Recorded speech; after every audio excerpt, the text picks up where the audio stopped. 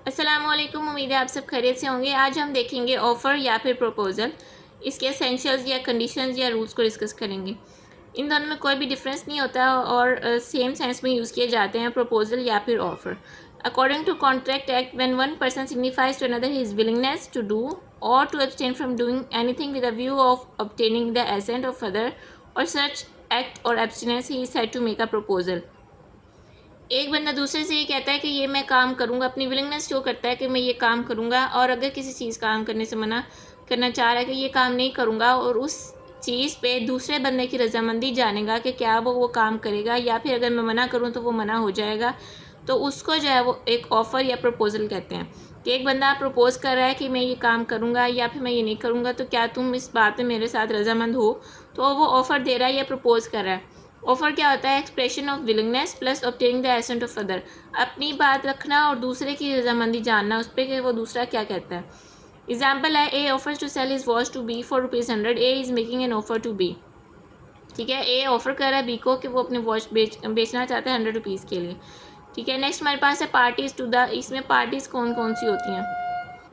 एक हमारे पास है प्रोमिसर या ऑफर, जो ऑफर देता है या फिर जो प्रोपोज करता है। ठीक है, और दूसरा होता है प्रोमिसरी या ऑफरी, जो है वो उस चीज़ को एक्सेप्ट करता है या रिजेक्ट करता है।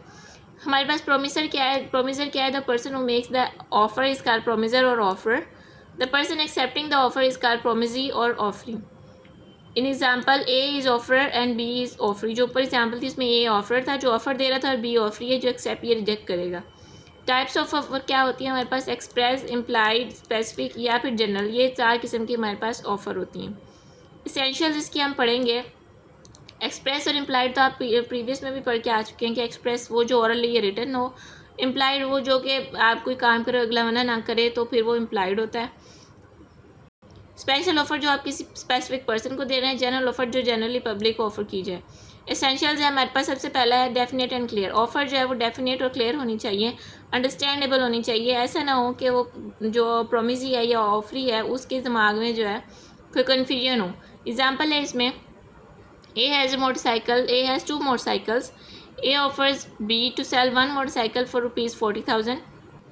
It create confusion in the mind of B that which motorcycle A wants to sell. A के पास 2 मोटरसाइकिल है, उसने मेंशन नहीं किया कि वो कौन से वाला बेचना चाहता है, तो ये स्पेसिफिक ऑफर नहीं है, मतलब ये डेफिनेट एंड क्लियर नहीं है। इसमें इसने ये नहीं बताया कि कौन सी वाली बेचेगा। नेक्स्ट हमारे पास आ जाता है लीगल रिलेशनशिप। लीगल रिलेशनशिप होना चाहिए दोनों पार्टीज़ में। For it is essential for a valid proposal that it must create the legal relationship, otherwise it will not be a valid proposal। Example है, invites B to dinner and B accepts this invitation। This is not an offer as it does create the legal relationship। ये जैसा मैं previously पढ़ा था, जैसे बाप और बेटे का है कि उसमें वो पैसे देगा, मंथली पॉकेट मनी देगा, बाद में नहीं दी तो वो एक लीगल बाइंड नहीं कर रहा, लीगली बाइंड नहीं कर रहा, वो एक सोशल एग्रीमेंट है। इसी तरह यहाँ पे जो वो इनविटेशन दे रहा है वो ऑफ़र नहीं दे रहा है। ठीक है, तो लीगल रिलेशनशिप होना ज़रूरी है। नेक्स्ट हमारे पास है communication. It is essential for a valid proposal that it must be communicated to other, because without communication the acceptance of proposal it not possible. जाहिर बात है, आप पहले कम्युनिकेट करेंगे तभी अगला बंदा एक्सेप्ट या रिजेक्ट करेगा ना। तो कम्युनिकेशन जो है वो आप बोल के भी कर सकते हैं या फिर लिख के भी उनको कर सकते हैं। एग्जाम्पल है, he wants to sell his car to B but he does not inform him, it is not an offer. A अगर बेचना चाह रहा है कार, जब तक वो बी को कहेगा नहीं तब तक वो ऑफर नहीं होगी। नेक्स्ट हमारे पास है पॉसिबिलिटी ऑफ एक्सेप्टेंस।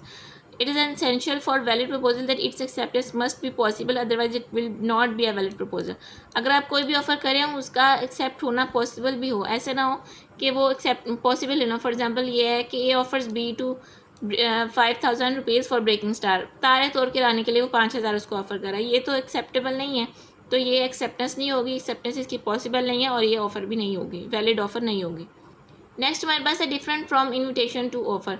एक होता है ऑफर, दूसरा होता है invitation to offer. For example यहाँ पे है कि in an invitation to offer the person making the invitation does not make an offer but only invite the other party to make an offer.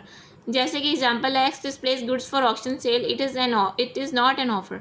Offer will come from the buyer in the form of bid. अगर किसी ने cell पे चीज़ें लगाई हुई हैं वो है कि इनविटेशन टू ऑफ़र है कि अगर आप ख़रीदना चाहते हैं तो आप ज़रूर आएँ, लेकिन तब तक ही ऑफ़र नहीं होगी जब तक ख़रीदने वाला उसको प्राइस मेंशन नहीं करेगा कि ये चीज़ मैं इतने की बेच रहा हूँ, क्या आप लेना चाहते हैं। ठीक है, तब ये ऑफ़र कहलाएगी। नेक्स्ट हमारे पास है एक्सप्रेस और implied offer. It is made either by words or by conduct, law recognise both offer as valid. या फिर आप बोल के लिखवा कर सकते हैं ये, मतलब वर्ड्स के थ्रू, या फिर आपके एक्शन के थ्रू जो ये कंसीडर होती है। For example, A says B that he will sell his car to him for ₹4 lakh, as the offer is made in words therefore it is called an express offer. ठीक है, उसने बोल के उसको कहा कि मैं ऐसे तुम्हें कार बेचना चाह रहा हूँ इतने पैसों के बस। तो ये हमारे पास एक एक्सप्रेस ऑफर है, उसने उसे कम्युनिकेट किया, बताया। नेक्स्ट हमारे पास है इसकी ही एग्जांपल इम्प्लाइड ऑफर की है। A railway coolie carries the luggage of B without being asked to do so, B allows him to do so, it's an implied offer. अगर मतलब उसने क्योंकि लगेज उसका उठा लिया और आगे से पैसेंजर ने भी कुछ नहीं कहा, बी ने भी यहाँ से कुछ नहीं कहा, तो मतलब ये इम्प्लाइड ऑफर है और बी इसके लिए लायबल है कि वो उसको कुली को पेमेंट करेगा। नेक्स्ट है स्पेसिफिक और general offer. When offer is made to general public it's called general offer, when it is made to specific person it's called specific offer, both offers are valid in eyes of law. इसकी example है हमारे पास, A announces in a newspaper that he will give a reward of ₹1000 who will return his lost bicycle, it's a general offer. ठीक है, उसने newspaper में ये publish कर दिया कि जो भी लाएगा उसको ₹1000 देगा, यह है हमारे पास जनरल ऑफर। और अगर A makes an offer to B to sell his car for ₹5 lakh, it's a specific offer, क्योंकि वो एक स्पेसिफिक पर्सन के साथ ही ऑफर कर रहा है, उसको ऑफर कर रहा है। नेक्स्ट है no negative condition. An offer should not contain a condition that the non-compliance of which may be assumed as acceptance. अब इसकी एग्जांपल से मैं आपको समझाती हूँ। A offers B to purchase his book for ₹100 and if he will not reply within a week the offer would be presumed to have been accepted. It's not a valid offer because there is negative condition with it. Because offer में negative condition ही होना चाहिए। ऐसे कि जैसे for example आप ये कहें कि मैं ये कार तुम्हें बेच रहा हूँ, मैं तुमसे ये ऑफ़र मैंने ऑफ़र दिया कि ये तुम 3 दिन के अंदर अंदर जो है वो तुम इस पर सोच लो। अगर 3 दिन के अंदर अंदर तुमने जवाब दे दिया ठीक, अगर उसके बाद तुमने जवाब नहीं दिया तो मैं समझूंगा तुम्हारी तरफ से एक्सेप्टेंस है। तो इस तरह की नेगेटिव कंडीशन कोई नहीं होनी चाहिए जब तक कि अगले ने कोई जवाब ही नहीं दिया और हम खुद से ही समझ रहे हैं कि हाँ अगर उसने जवाब नहीं दिया तो ऐसे होगा। तो ये इस तरह की कंडीशन नेगेटिव इसमें नहीं होनी चाहिए। उसके बाद है it may be subject to any condition. Offer जो है अपनी तरफ से कोई भी टर्म्स या कंडीशंस ऐड कर सकता है ऑफ़र में, और अगर ऑफर ही उसको फुलफ़िल नहीं करेगा एज इट इज़ जैसे कि उसने ऑफ़र किया था, तो वो एक्सेप्टेंस को रिजेक्ट कर सकता है।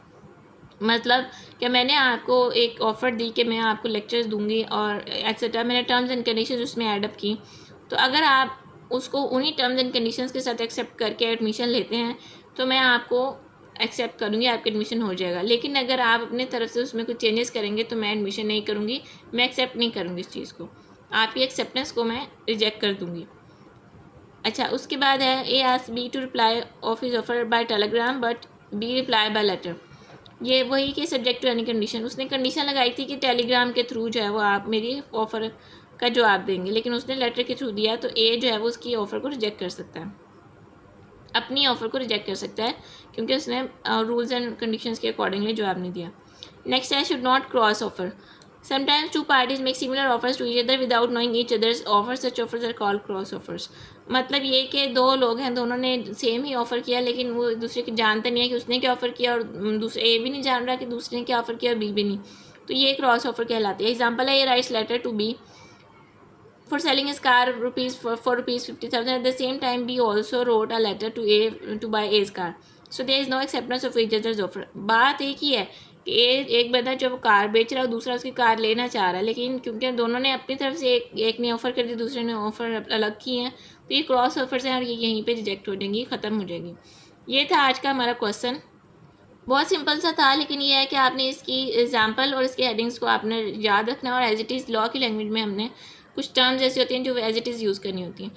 ठीक है जी, अब कोई भी कन्फ्यूजन हो आप पूछ सकते हैं। ख्याल रखिएगा, अल्लाह हाफिज़।